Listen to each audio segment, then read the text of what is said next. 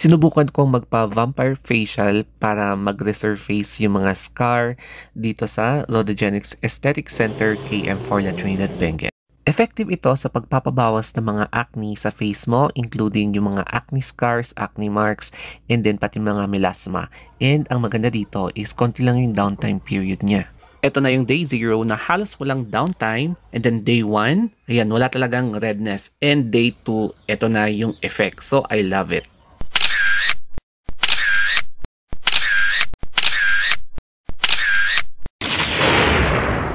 Rodogenics Aesthetics and Wellness Center ay located dito sa SPK Building, KM4 La Trinidad, Benguet, just across Saparan Livestock. So, pupunta tayo dito sa may second floor and i-greet ka talaga nila with open arms. O, diba? Ito nga pala yung warm ambience sa loob ng Aesthetics and Wellness Center. And then, meron pa akong pina-fill up na form for consent. And syempre, kukunan ako ng blood works para sa ating PRP. O, diba? Kasi ilalagay rin natin yung plasma sa aking face. Kinuhanan ako ng 10cc na red fluid tapos sinentrifuge and gagamitin yung plasma sa face ko after ng vampire facial. Habang very accommodating naman yung owner. So, eto na nga yung big reveal. Ipe-prepare na yung aking face and i-cleanse, aalisin yung mga impurities.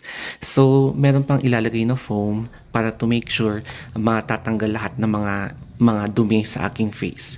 And then after which, lalagyan na ng numbing cream. So, ito yung white na nilalagay sa face ko. And ibababad siya for, I think, 20 to 30 minutes. Correct me if I'm wrong. Kaya buong face malalagyan talaga. Kaya ngayon, ika-cover na yung face ko using this plastic na parang cling wrap. And then, eto na nga, mag-wait talaga ako ng 20 to 30 minutes. After 20 to 30 minutes na pagnanap, tatanggalin na nila etong topical or numbing cream. And then, eto na. Yung actual vampire facial. Bali yung nakikita yung nilalagay sa face ko na kulay yellow na fluid, ayan, galing din sa akin yan, sinentrifuge, then sineparate yung mga red fluid, naging plasma na siya. So, ganyan yung ginagawa kapag vampire facial.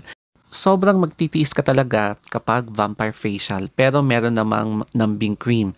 So, kailangan ko talaga ng matinding edit para hindi maipakita yung color red kasi bawal yan kapag i-upload ko. After ng vampire facial ay ipi-PDT ako, ito yung blue light para i-deactivate or neutralize nila yung mga bacteria. And then, bali nag-CR lang ako kasi hindi ko na kaya. Yan. Kaya balik na tayo mag-PRP, yung parang may laser sa face. And then another 15 minutes para sa red PDT to enhance circulation dito sa face ko and then to fasten the absorption yung mga nailagay sa face ko and to hasten the recovery phase after the vampire facial. Sa totoo lang, napaka-accommodating talaga ng mga staff and owners ng Rodogenics Aesthetics and Wellness Center. And salamat nga din pala itong cake na to at titikman ko siya pagka-uwi ko ng bahay.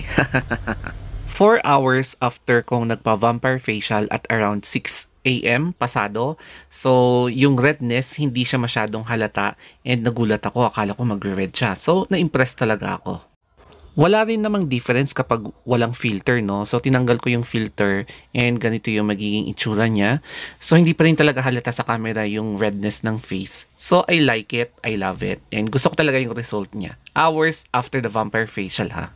Day 1 after the procedure, hindi siya masyadong nagre-red and dati-dati yung mga ganitong procedure sobrang red yung face ko pero ito hindi.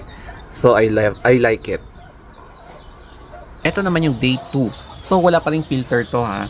And makikita nyo na medyo gusto ko yung effect niya, medyo parang mag-brighten ata yung face pero gusto ko yung effect niya parang nagiging blooming ka.